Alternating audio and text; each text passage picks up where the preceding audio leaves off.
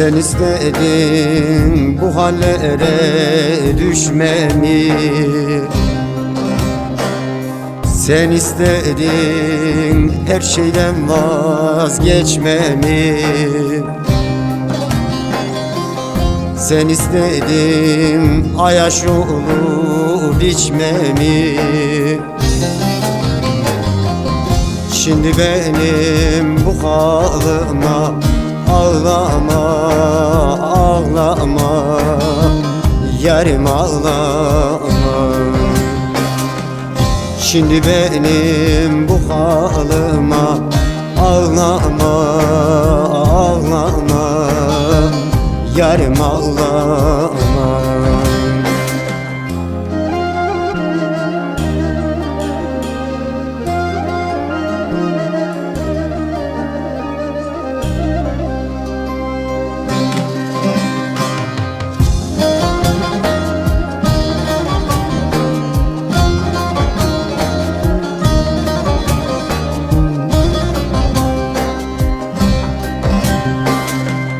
Hasretinle verem oldun, gelmedin. Seni nasıl sevdiğimi bilmedin. Bir gün olsun arayıp da sormadın. Şimdi benim bu halıma ağlama, ağlama, yarim ağlama. Şimdi benim bu halıma ağlama, ağlama, yarim ağlama.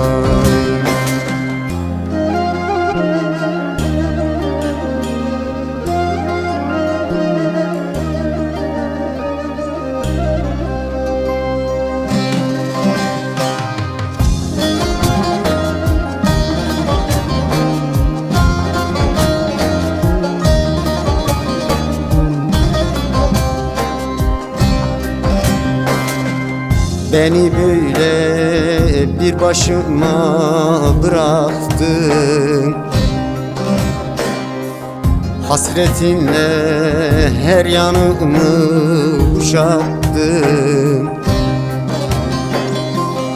Bu dünyada cehennemi yaşattın.